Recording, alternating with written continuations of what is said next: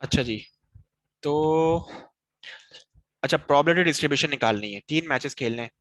तो अब प्रोबेबिलिटी, ये एक्स क्या चीज है? एक्स है कि कितनी बार सक्सेस होने का चांस है, यानी कितनी बार सक्सेस हो सकती है। तो ऑफ कोर्स अगर 3 मैचेस हैं तो या तो तीनों में हार जाओ, ऐसे ही है ना, तीनों में हार गए, या एक में हारे, तो सॉरी एक में जीत गए तो एक्स की वैल्यू 1, या 2 में जीत गए तो 2, और 3 में जीत गए 3। टोटल 4 पॉसिबिलिटीज बन गई।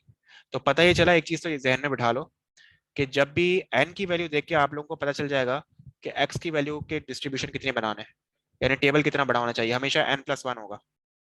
अगर n की वैल्यू 3 है तो टोटल कितने वो हो जाएंगे, इस केस में, सिंपल केस में कितने पॉसिबिलिटीज हो जाएंगी, वो 3 n+1 यानी 3+1 4 हो जाएंगी, क्योंकि जीरो भी होगा, जीरो मतलब ये सब में हार गए।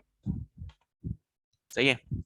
अच्छा, तो बेसिकली जो फॉर्मूला है वो क्या है, ये हमारे पास फॉर्मूला है प्रोबेबिलिटी डिस्ट्रीब्यूशन निकालने का, ऊपर वाला।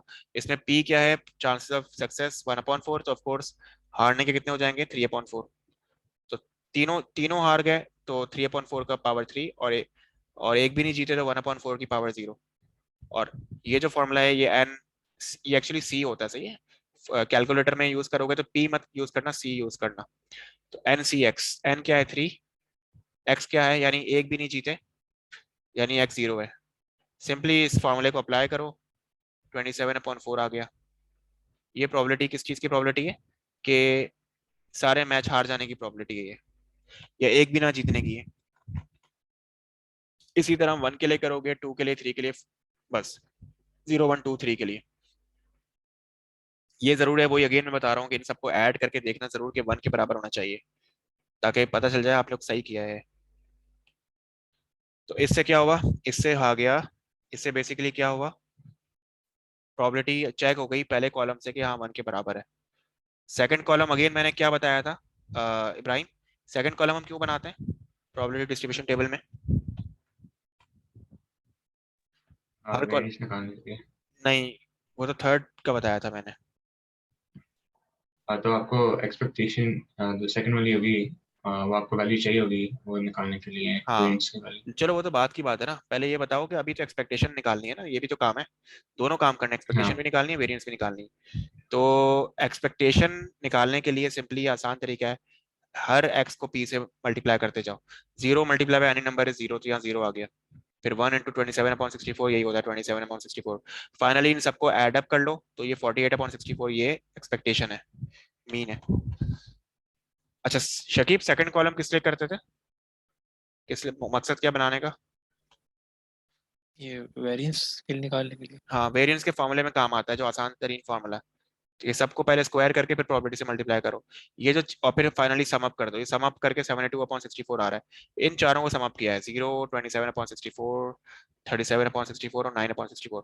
इनको सम अप कर दिया, ये कहाँ पे यूज हो रहा है, ये मेरा कर्सर देखो, इस वेरिएंस के फॉर्मूले में यहाँ पे इधर इधर पुट होगा, summation of x i square to p i, और माइनस म्यू स्क्वायर, क्या ये म्यू स्क्वायर, ये म्यू, ये 48, म्यू 48/64 है। एक चीज याद रखना, ये 72/64 ऑलरेडी स्क्वायर हुआ हुआ है, तो जब पुट करोगे नीचे इधर तो 72/64 के ऊपर स्क्वायर नहीं डालोगे, मगर म्यू जो है, एवरेज जो है, वो स्क्वायर नहीं हुआ हुआ, वो 48/64 है। जब म्यू यूज करोगे, इसमें पुट करोगे तो स्क्वायर डालना जरूरी है ऊपर, इसका स्क्वायर करोगे, यानी 3/4 का स्क्वायर होता है 9/16। ये देखो, ये इनसे थोड़ी वो हो गई है, टाइपो हो गया, ये माइनस का इधर माइनस आएगा आई थिंक, या नहीं, या तो इन्होंने कंप्लीट करके सम अप करके माइनस करके किया हुआ है शायद। देख लेना इसको, टाइपो है कि नहीं है। ठीक है, तो एक तो ये तरीका हो गया मीन वेरिएंस निकालने का, कि पहले डिस्ट्रीब्यूशन टेबल बनाओ फिर उससे मीन और वेरिएंस निकालो। एक बायनोमियल के लिए क्विक मेथड भी है जो अब आएगा। There is however a quicker method for doing this calculation. If you consider the general case x to the binomial n comma p, then the mean would be given by, mean कैसे निकाला जा सकता है, वो इसकी derivation दी हुई है। अगर सिंपली मीन कैसे निकाला जा सकता है, वो इस तरह निकाला जा सकता है कि total number of trials, number of success का, क्योंकि हम मीन निकाल रहे हैं ना, तो टोटल नंबर ऑफ ट्रायल्स क्या n है, और हर ट्रायल का जो वो है क्या कहते हैं, हर ट्रायल की जो प्रोबेबिलिटी है वो है p। सही है। तो बेसिकली जब आप टोटल नंबर ऑफ ट्रायल्स को, या जो कि 3 थे, उनको जब मल्टीप्लाई कर दोगे इसकी प्रोबेबिलिटी से, तो क्या हो जाएगा, सिंपली आपके पास एक्सपेक्टेशन निकल आएगी डायरेक्टली। यानी अगर हम इस तरह देखें, एन क्या था, 3 था, और प्रोबेबिलिटी क्या थी सक्सेस की, वो थी 1/4। कहाँ गया, 1/4। तो इस 3 को 1/4 से अगर मल्टीप्लाई करो तो ये क्या बनता है, ये बनता है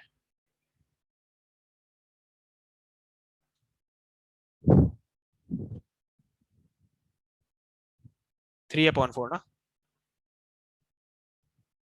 3/4 बनता है। और ये 48/64 क्या बनता है, इसको जरा चेक करो।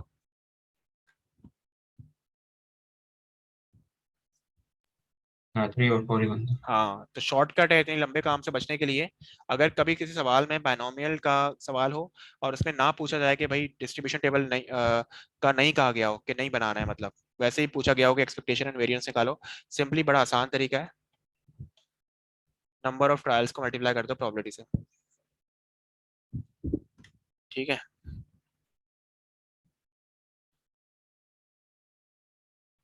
ठीक है।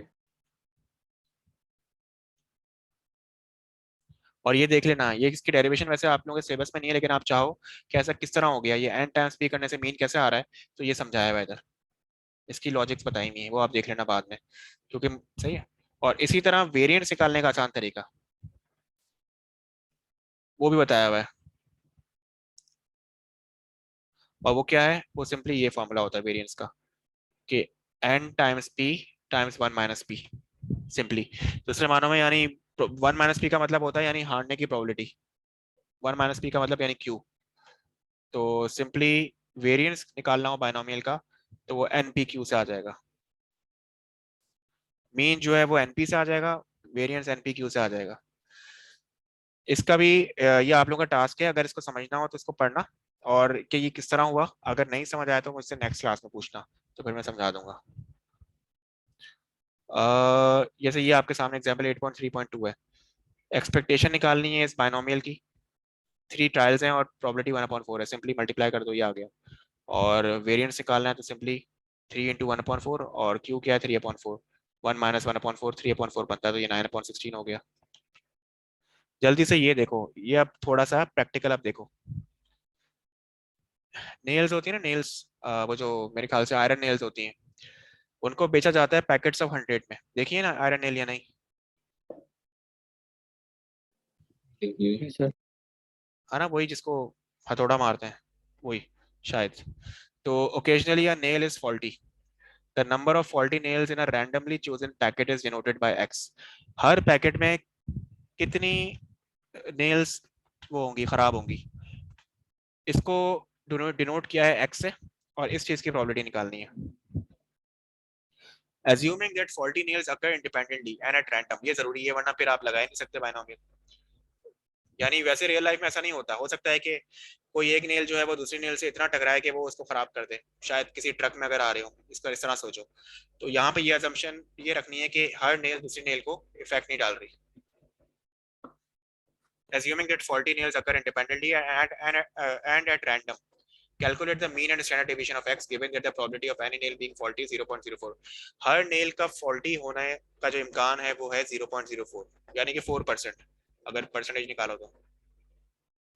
Since faulty nails occur independently and at random and with a fixed probability, the distribution of x can be modeled by the binomial distribution with n is equal to 100।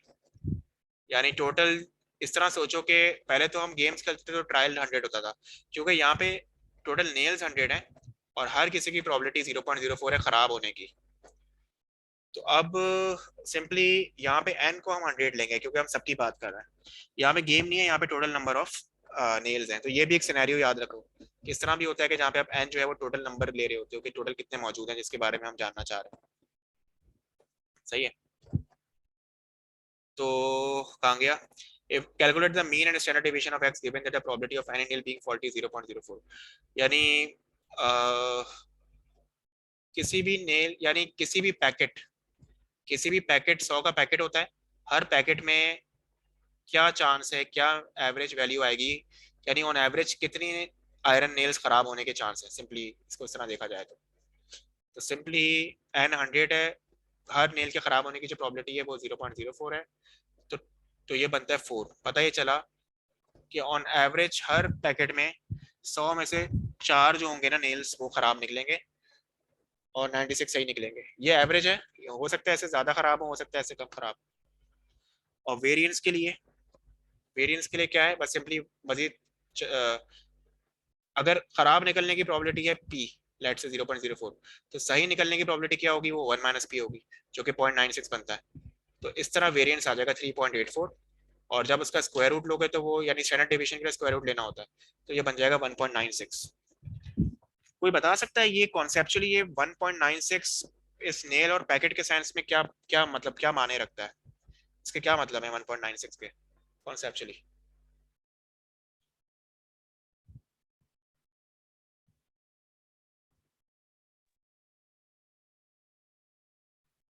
जो आज मैंने शुरू में वेरिएंस का पूरा समझाया कॉन्सेप्ट क्या होता है और स्टैंडर्ड डेविएशन का, उसको मद्देनजर रखते हुए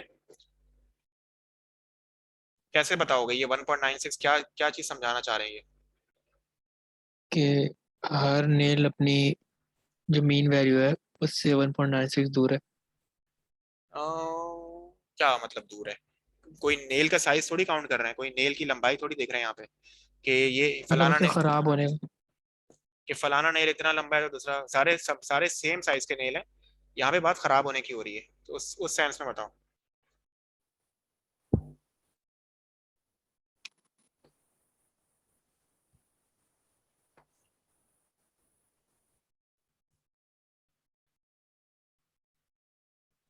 ये हो सकता है कि शायद 1.96 है कि जो नेल है वो फॉल्टी हो या नहीं सही नहीं, निकले। वो तो ऊपर आ गया ना expectation 4। On average her packet में, समझो आपने 10 पैकेट खरीद लिए किसी दुकान से और हर पैकेट में 100 नेल्स हैं, तो ऑन एवरेज हर पैकेट में चांस है कि 100 नेल खराब निकलेंगे, 96 सही निकलेंगे, वो तो आपने ऊपर निकाल लिया। अब वेरिएंस सामा आपका कोई आइडिया है इसमें कि ये 1.96 क्या बता रहा है? नंबर ऑफ नेल्स जो एक्स्ट्रा खराब निकल सकते हैं या या सही निकल हम्म, सकते हैं। अच्छा इसको इस तरह देखो कि ऑन एवरेज 4 है ना खराब होने की, सही है। तो जो रेंज है, रेंज यानी जो इसकी स्प्रेड है, दूसरे मामले में स्प्रेड बता रहा है, यानी 4 से 1, 4 में 1.96 ऐड कर दो तो क्या बनेगा 5.96, और 4 में 1.96 माइनस कर दो तो क्या बनेगा 2.04 बनेगा। यानी ज्यादातर जो पैकेट्स होंगे ना, ज्यादातर जो पैकेट्स होंगे उसमें ऐसा भी हो सकता है कि 2.04 नेल्स खराब हो, क्योंकि 4 तो एवरेज था। एवरेज तो वो होता है कि आपने सबको मिला के एक साथ इकट्ठा कर दिया, जरूरी थोड़ी है सब में यही वैल्यू हो, 4 ही हो। तो वो रेंज क्या है, यानी वो स्प्रेड कितना है, वो कितना वेरी कितना हो रहा है, वेरिएंस को वेरी से सोचो, और यानी स्टैंडर्ड डेविएशन को अगर आप स्क्वायर रूट कर दिया, यानी 4 में 1.96 ऐड कर दो तो मेजोरिटी पैकेट्स ऐसे होंगे 66%, जो मैं आगे जाके बताऊंगा अगले चैप्टर में, कि यानी 5.96 ज्यादातर ऐसे होंगे जो, मैं एक सेकंड लिख के बता देता हूँ, वेट।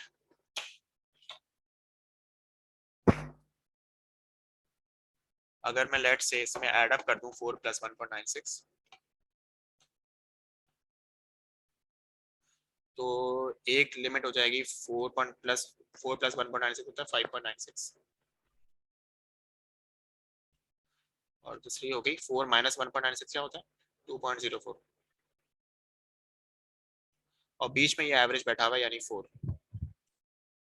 पता ये चला कि ये जो ज्यादातर जो पैकेट्स है ना, यानी जो 100 पैकेट है उसमें से अराउंड कह लो कि 66%, यानी अराउंड 66 पैकेट्स सेंस में देख लो, उनके अंदर जो नेल्स होंगे ना, और वो जो नेल्स की जो खराबी है वो इस इंटरवल के बीच में होगी,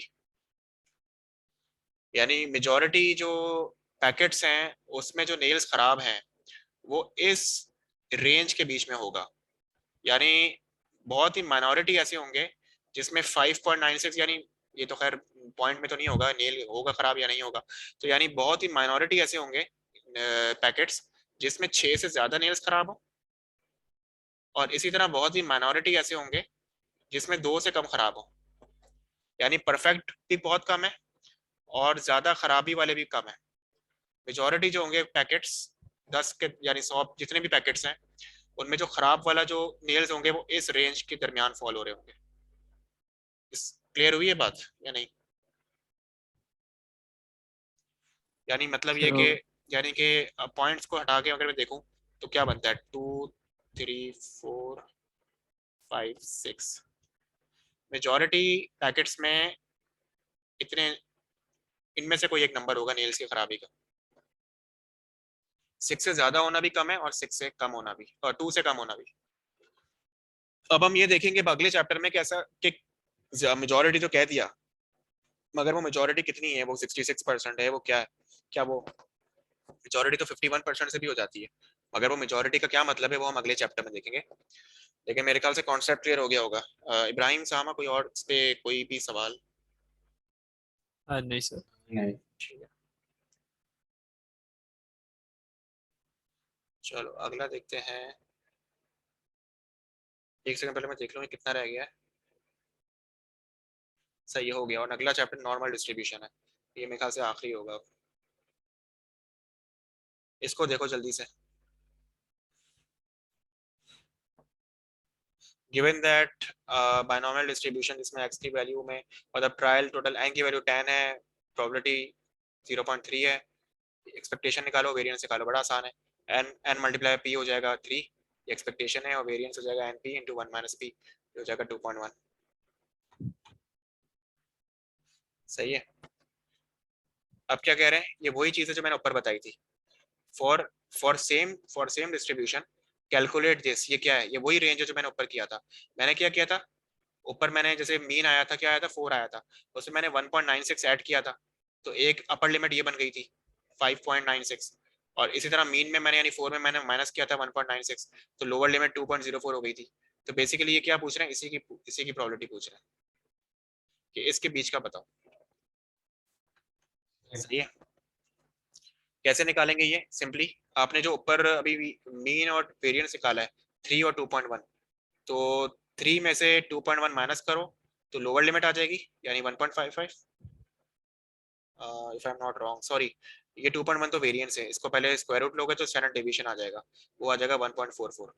बेसिकली जो मैं ऊपर बता रहा था वो मैंने माइनस करते हुए भी स्टैंडर्ड डेविएशन से ही माइनस किया था, ठीक है।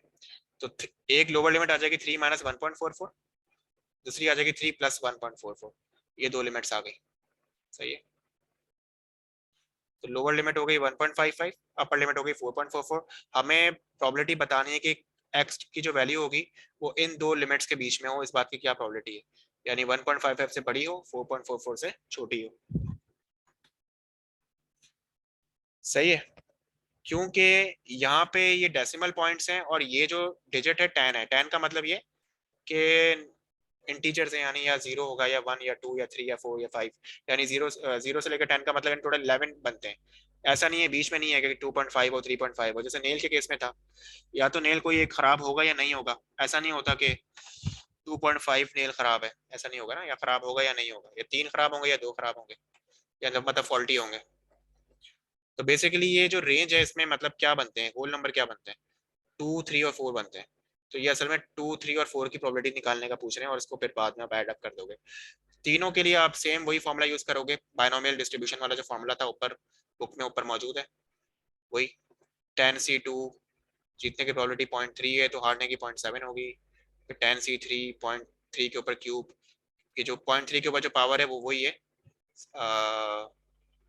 लेट से जिस x की वैल्यू है, यानी x की वैल्यू। और इसी तरह क्योंकि यहाँ पे ये सवाल में ना कुछ सिनेरियो नहीं बताया हुआ, बस सवाल दे दिया जस्ट जनरली, तो इसमें हम ये नहीं कह सकते कि ये एक्स क्या चीज़ है, एक्स किसी का लेंथ है, किसी का कोई जीतने का कोई सक्सेस रेट है, क्या है ये, बस हम जनरली बस सॉल्व करना है। और इसी तरह 10c4 मतलब 4 के लिए फाइनली सबको ऐड अप कर दो, ये आ गया आंसर 0.7। 0.7 कोई बताएगा कॉन्सेप्चुअली ये 0.7 हमें क्या बताना चाह रहा है?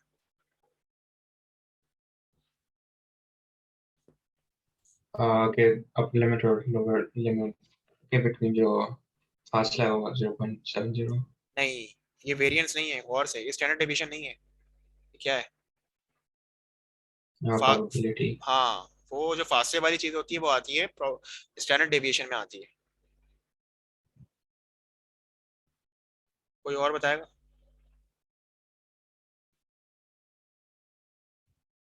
Chance of failure. फेलियर वेलियर छोड़ दो ना, यहाँ पे पता ही नहीं है क्या चीज है एक्स, किस चीज की बात हो रही है। तो एक जनरल आप बता दो, ये 0.7 क्या है मतलब?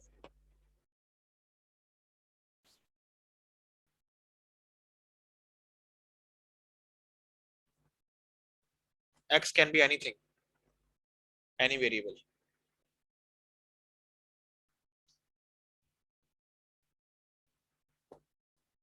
चलो मैं बताता हूँ, ये जो 0.7 है इसकी कोई परसेंटेज निकालेगा तो क्या बनेगी? 70। 70%। मतलब ये कि x की वैल्यू हमने क्या किया ऊपर, टोटल x की क्या क्या पॉसिबिलिटीज हैं। जब n की वैल्यू 10 होती है तो x की कितनी वैल्यूज बन जाती है? 11। मैंने हमेशा आपको पहले ही बताया था, n को 1 में ऐड कर दो तो वो टोटल पॉसिबिलिटीज बन जाती है, यानी x क्या क्या वैल्यूज दे सकता है 0 से लेकर 10 तक, यानी टोटल 11। जब हमने प्रोबेबिलिटी निकाली कि x की वैल्यू 2 हो या 3 हो या 4 हो, तो प्रोबेबिलिटी आ रही है 0.7। तो पता ये चला कि 70%, यानी 70 कोई भी हम रैंडमली, लेट से हमारे पास कोई कोई भी चीज है, हम रैंडमली अगर देखें, समझो कोई कार्ड है, एक कार्ड है और हमारे पास कार्ड्स हैं और हर कार्ड पे डिजिट लिखे हुए हैं, किसी में 0 से लेकर 10 तक, और अब गुम हो गए हैं वो मतलब कहीं पे आपने जो है ना वो कर दिए, मिक्सअप कर दिए। तो अब अगर आप रैंडमली कोई कार्ड उठाते हो किसी डब्बे में से, तो वो उस कार्ड पे जो नंबर लिखा हुआ होगा, या 3 या 2 या 3 या 4, इस बात का कितना चांस है कि या उस कार्ड में 2 लिखा हो या 3 लिखा हो या 4 लिखा हो? 70% टाइम्स ये इस नौयत के कार्ड आएंगे जब आप रैंडमली पिक कर रहे होगे। यानी आप उठाओगे, बहुत बार उठाते रहोगे कार्ड्स, तो ज्यादातर चांस ये है, यानी 70% चांस ये है, या 70% टाइम्स ये होगा आपके साथ कि आपके हाथ में जो कार्ड्स आएंगे उनमें या तो 2 होगा या 3 होगा या 4 होगा। यानी इसकी बहुत ज्यादा वो है, फ्रिक्वेंसी है, ये बहुत बड़ी तादाद में मौजूद है। बाकी जो है, बाकी को क्या क्या रह गए बाकी? 0 रह गया, 1 रह गया, और 5 6 7 8 9 10। बाकी यानी कितने रह गए? 8 रह गए। तो बाकी 8 की मिलाकर प्रोबेबिलिटी बनती है 30%, यानी 0.3। और इन अकेले तीनों की मिलाकर बनती है 0.7 प्रोबेबिलिटी, यानी 70%। तो ये सबसे ज्यादा हाई फ्रिक्वेंसी में पाए जाते हैं, इस तरह सोचो। कोई सवाल इसमें? नहीं सर। ठीक है, अच्छा, बस फाइनल ये देख लो, फिर इसके बाद क्लास एंड करते हैं इंशाल्लाह। थर्सडे होपफुली क्लास लेंगे इंशाल्लाह। ये देख लो 8.3.5, ये तो बड़ा आसान है नहीं? ये तो बहुत आसान है। सिंपली इसमें क्या करना है, एक्सपेक्टेशन निकालनी है, वेरिएंस निकालना है, तो बस बहुत ही आसान है। ये तो आप लोग देख लो, कर लोगे। ठीक है, देख रहे हैं। कोई क्वेश्चन है? नहीं। बस फर्क क्या है, फर्क ये है कि इसमें एक्सपेक्टेशन और वेरिएंस दिए हुए और एन एन पी की वैल्यू निकालनी है, तो साइमल्टेनियसली सॉल्व करोगे। एक्सपेक्टेशन 24 बराबर होता है एनपी के, और वेरिएंस जो कि 8 है वो बराबर होगा NP into 1 minus P, simply. तो बस ये साइमल्टेनियसली सॉल्व करके आप निकाल लोगे एन और पी की वैल्यू। पी की वैल्यू 2/3, एन की वैल्यू 36।